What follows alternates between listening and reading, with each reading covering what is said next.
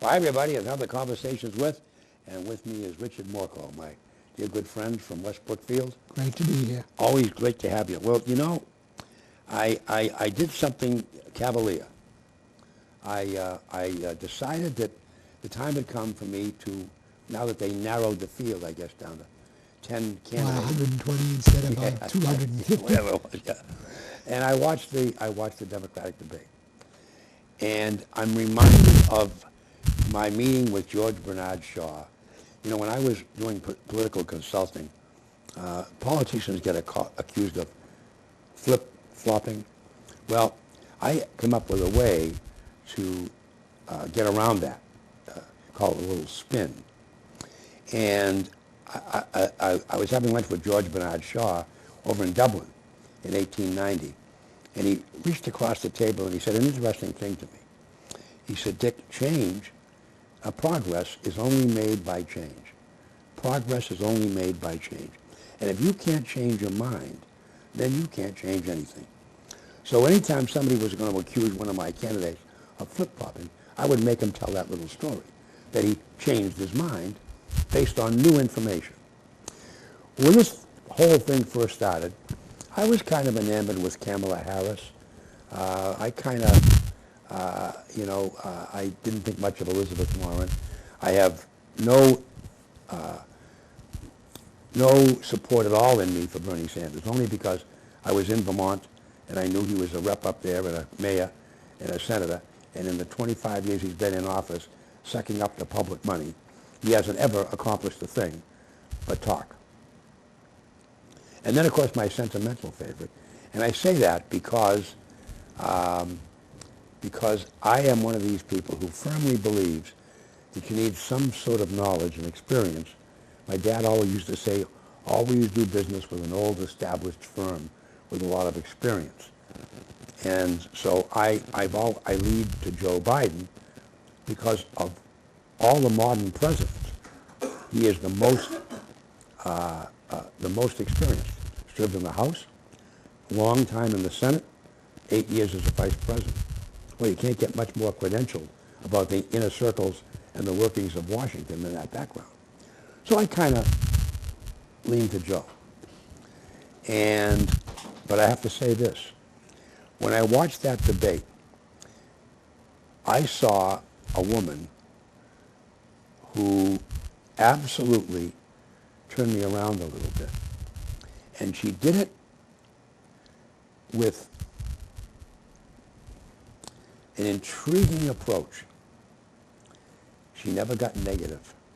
That's Elizabeth Warren. She never criticized anybody else. She talked about her ideas and her programs and never got negative. And every one of the other ones, to a person, took a cheap shot at somebody, with the exception of her. And from a political strategist standpoint, it was a very smart move. And she came out looking a lot better than I thought. The problem I'm having, however, is I can't match her. In other words, if it's going to be Warren, she's a running mate. And I'm looking up and down the line. You can't do Biden. He wouldn't do it anyway, but you wouldn't want him with her. Can't take Sanders. He's out. So that left a couple of people. Now, politically,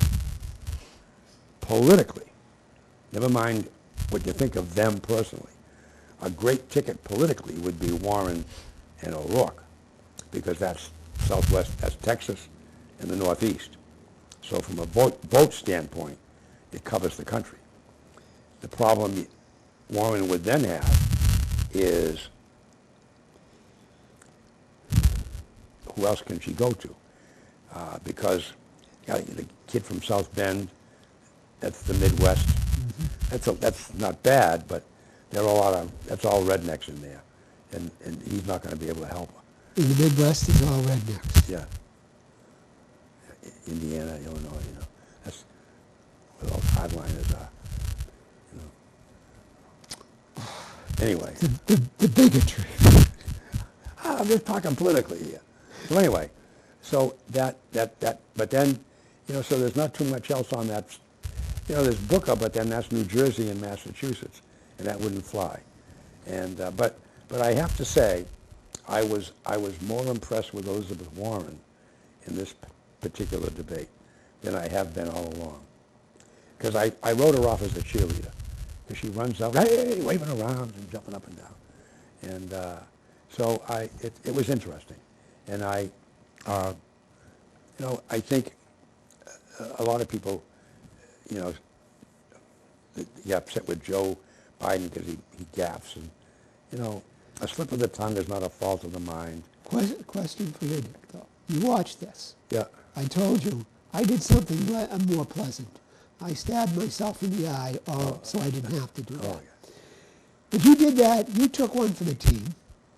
What did they speak about? How did they talk about national defense? We have 800 bases around the world. They don't. They don't. They don't. They don't. So was there any real meaning to No. this confab? What they talked a lot about was health care and health care and health care and who's going to pay for it and how much it really costs and health care and how much it costs. And There are no further questions, Your Honor. yeah. The prosecution rests. Right. No, and you're right. It was very limited Yeah. in the depth of scope. They were avoiding anything. Everybody has to talk about healthcare, but they were avoiding anything really substantive. Yeah. And they kicked the only person who was saying anything, or they kept her out, intelligent about defense, which is Tulsi Gabbard. Yeah. They wouldn't let her in No. because the team wants only the team. And Well, Warren's on the team. One of the tragedies of the United States, and I have said this for years and years and years, is people really think we elect a president, okay?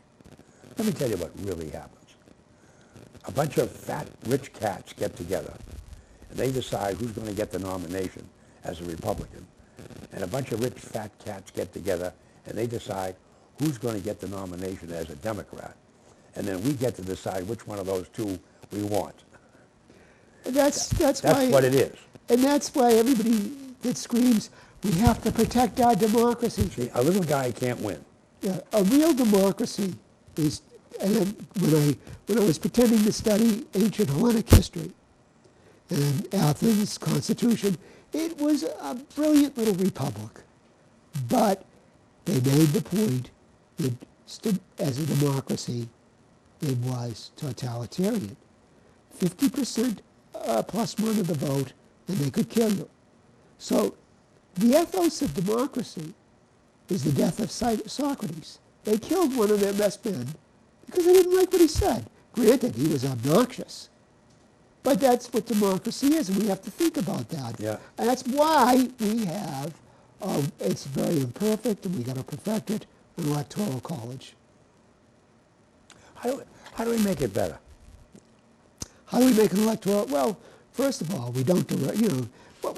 I mentioned this when you said once, get rid of the electoral college. I said, Dick, do you think you are qualified to select the head of neurosurgery, the next head of neurosurgery at Harrington Hospital? No. No, I'm not. So you've got a guy, he supposedly has the nuclear button, supposedly has a big say in the economy, the social aspects of it, everything. And you send us out, you and me out to hire him. We'd be years interviewing people and come up with nothing. I think that the people should elect electors, not elect I presidents. can tell you a great story about the hospital you mentioned. One time in my life, I had the great opportunity of serving on a board of directors of a hospital. And the board would vote on doctors. And we would get an application, and they'd pass it around. We'd all have our own copy. And we had this doctor who had applied at this particular hospital. I was sitting on the board. And it said he had a medical degree from the University of Guadalajara in Mexico. And everybody was, I said, whoa. Let me see a copy of that. Copy of what? A copy of the degree from the University of Guadalajara. I don't even know if there is one. Has anybody checked to see if there's really a University of Guadalajara in Mexico City? Oh, I think there is. You think there is? Do you know? Well, nobody knew. I said, I'm not prepared to vote on this fella. Yeah, but he's very credentialed. Who said? So make a long story short, I had it tabled, and we found out, yes, there is a school of medicine in Mexico called Guadalajara. Not a very highly rated one, but it is a school of medicine. And he did graduate. But they were ready to vote him right in. So sometimes we are qualified to vote for things we know nothing about. Well, you were qualified to interrogate. You did that very well, and you found out something nobody else found. But it doesn't speak to the process. No. But I mean, to your point, you're 100% right. Now, one of the things that I've learned in my career is that people vote the people they like. To your point. Doesn't mean he's qualified. No. Doesn't mean, as I said about Biden, if nothing else, he certainly, now, whether that's good or bad is another discussion, but he certainly knows the inner workings of Washington and how to maneuver things through, and certainly has people in place over his many years of service there that would help him. Now, is that good or bad? That's bad. Aspects of it are bad, and I'll give you why. Now, everybody's screaming about Trump throws a new guy out every week and they damn him for it, and there's some truth to that. But now Biden's been in the still. Every sinecurista, every guy who's brown-nosed somebody to get ahead is there, and they all support each other, and that's the bench he's going to. Oh, yeah. He's going to go get somebody who's played the game. Yeah. Not necessarily a statesman. Right. And I do not believe, if you have read up on the skullduggery with his son in Ukraine and what they both pulled for a lot of money, Biden should be going to jail with Bibi Netanyahu. Well, look, one of the things we've agreed upon is the government of the United States is corrupt. Yeah. And just one more corruption. One more thing they shouldn't have done, they did. Oh. Let's get back to the electoral college, because I would love to find a way to elect our presidents better than the way we do it. And if there's a better way, maybe you and I can noodle it out. I think there is, and I've been planning to write on it, but I've got a big writing project I'm on right now. Yeah. I have the idea that we have to elect electors. That is, say So let's say Massachusetts has 16 electoral votes. Your proposal would be that we elect those 16 electors. Not exactly. Not right away. I think we should, like in West Brookfield, we have the town meeting. And some people come. If it's the schools, everybody in town comes. If it's a new dog park, people who like dogs come. Yeah. Otherwise, it's basically not that many people come. But every 4 years, every 6 years, they get there. We'd have to do it on a population basis. They would elect a delegate. And the theory behind it would be you are voting for the best person among you. And you do it as a caucus. And then we whittle it down so that we eventually, the next group gets together and they elect their best man. Until, like say the county, all of the towns in Worcester County get together, they elect their best men from the men we've already elected. So you keep winning and we get down. Selection is based not on who's the smartest, bravest, kindest, but the best person all around. The noblest that you can think of. Now, not everybody would vote for that person. They might vote for Uncle Mike. They might vote for the... Well, but then you go... And I agree with you, but here's what's going to happen.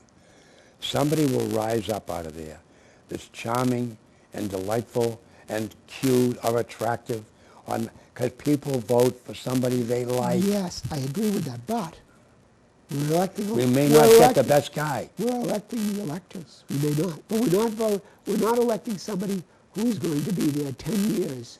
He's just going to be for one election. So you're going to do this every 6 years. And you know what? Not that many people will show up. to vote because most people don't care. Well, we have Most that. people don't We care. really have that now, you know. Yeah, In the Democratic Party, each town has a Democratic caucus, and they elect a rep to go to the convention. that's right.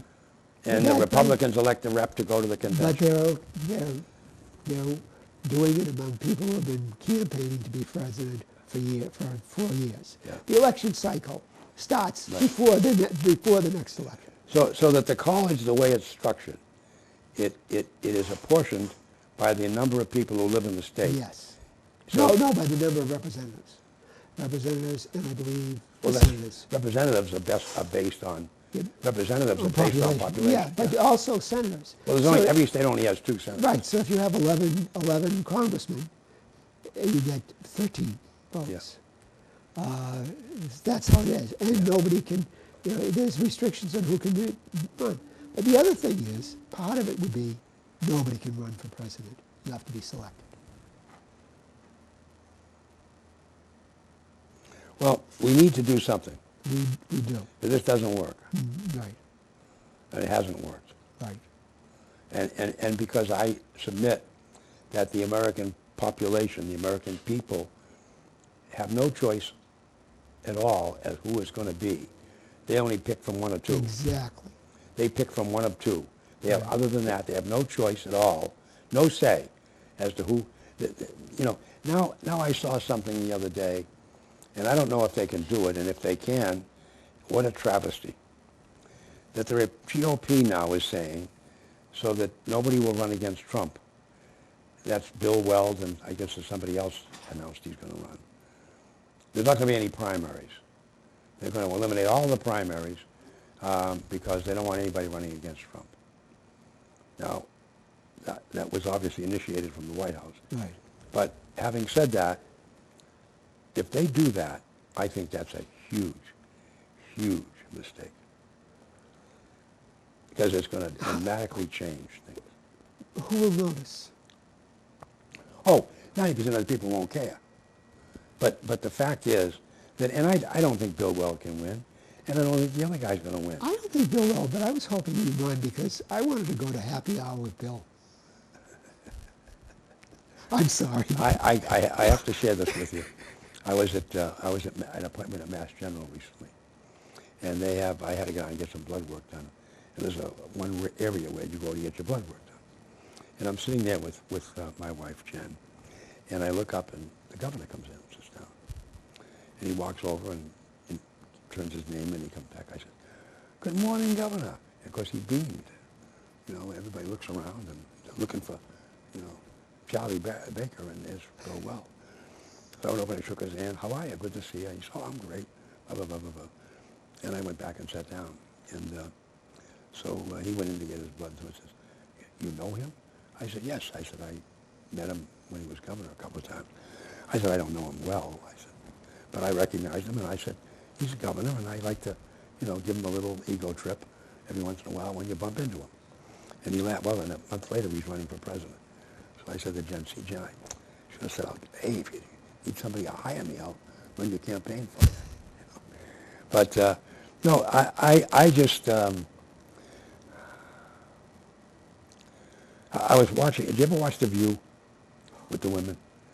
I have turned the channel, and maybe for a second, there's another stab yourself in the eye to do something. Well, on one end of the spectrum, we have Meghan McCain, senator's daughter, who's a hardliner. And the other end, you got Whoopi Goldberg, who'll give away the store, And then you got Amy Huntsman, who's a former news person, some other ladies.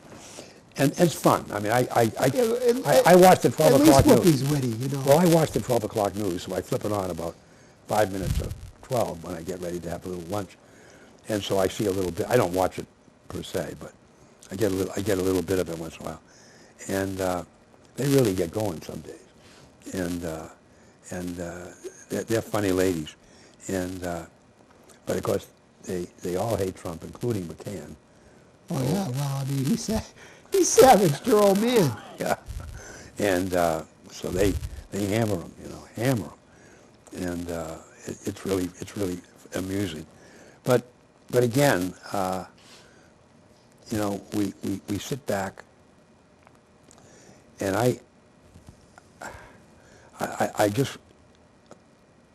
I'm saying to myself, and I did say this, when I finally at 10 o'clock, they had another hour to go, and it was over for me. I was done, because I was ready to go with the eye thing, you know. So, and I like my eyes, so I didn't want to do that. So at 10 o'clock, I flipped it off and went to bed. But as I shut it off, I did say this to myself, and so that's the best we got.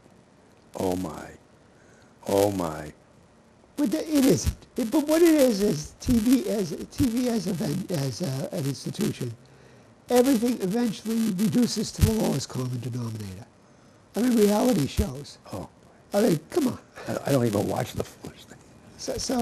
Yeah.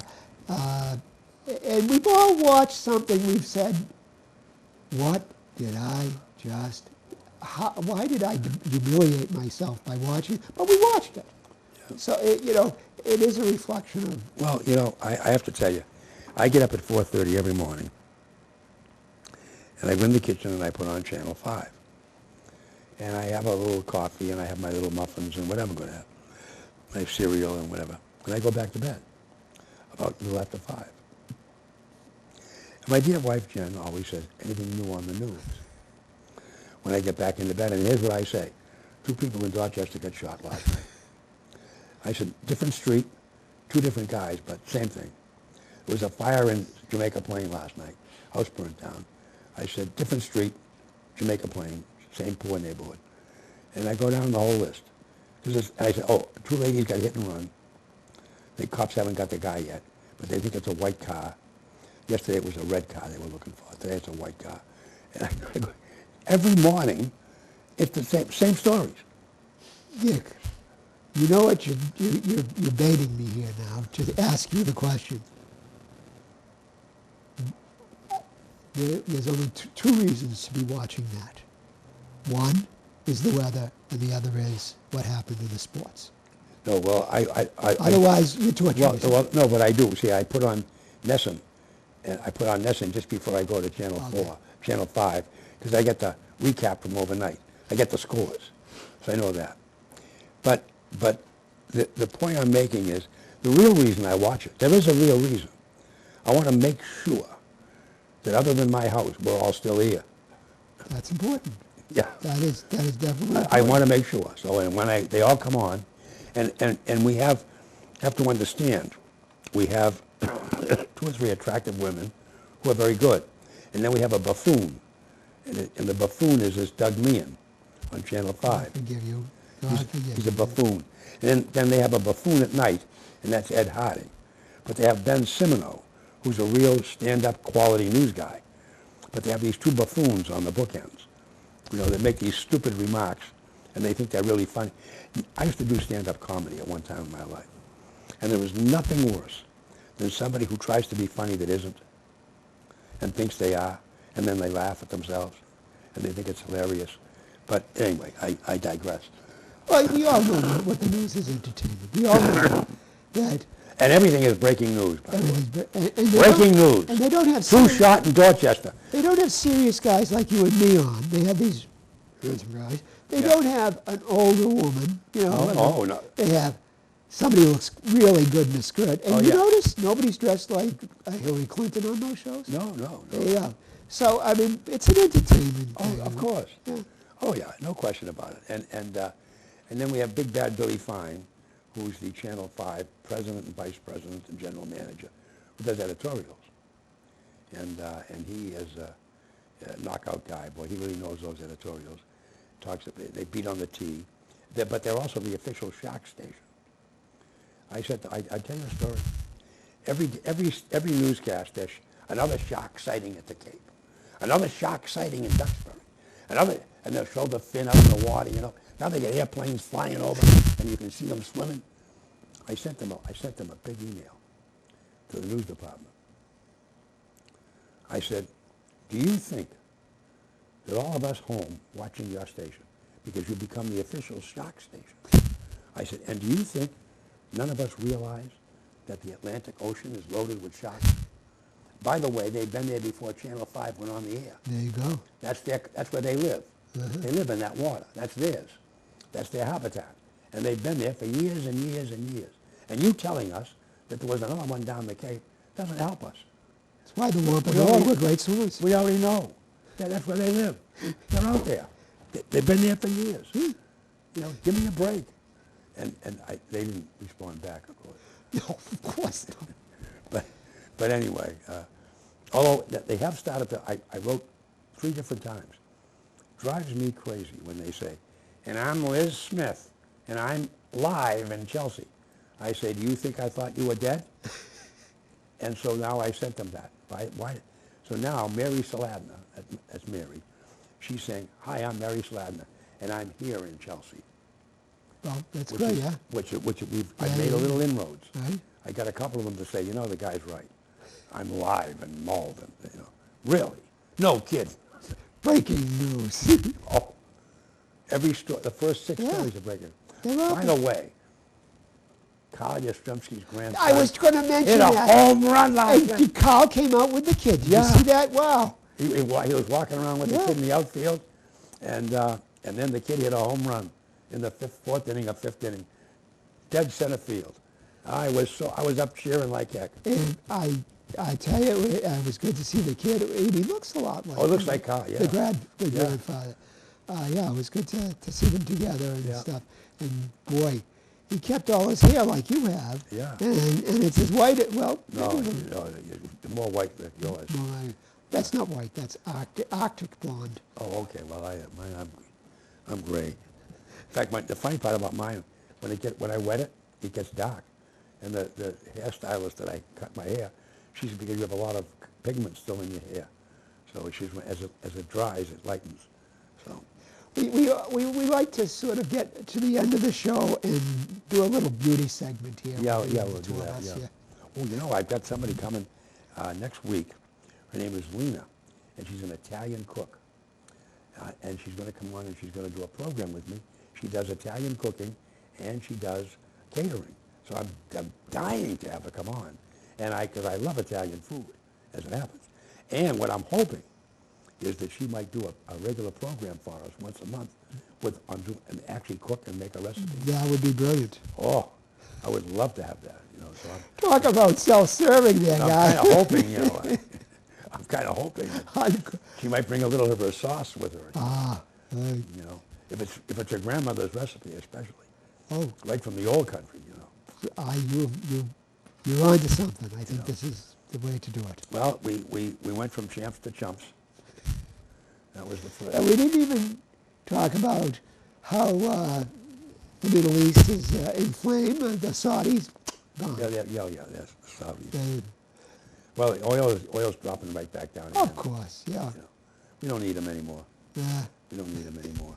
You know, Trump said that today. See, aren't you glad we don't need them anymore? He said. Well, that's his excuse not to go to war, but pull back, Donald. Yeah. Yeah, pull back. Yeah. He you know, at least he got the other clown out of there. I don't mind him changing people. You know, but Bolton. Bolton. That was. You talk about a guy that rattles his saber. Pompeo is bad enough. Yeah. You know, before the rockets even went, he's blaming Iran. Oh yeah. It didn't even happen. You know, the knee jerks blame Iran. Yeah, blame Iran. Always them. But now they got pictures of the rockets and everything else. They say they have pictures. They're some of our old ones. Yeah. Thank God for stock photos. Yeah. Anyway, well, Richard, it's always delightful. It is And it's always always fun to get together and chat and express our poignant views on the world. And I get a lot of good comments about the program. Most people enjoy it. Some disagree with us, as you can imagine. You know, they think we're kind of. We may have to do a one-on-one therapy for that. Well, I don't know. That may be a good idea. Get a therapist in here sometime to help us get through this thing. But anyway, it's always great. And there you have it, folks. That's another Conversations With.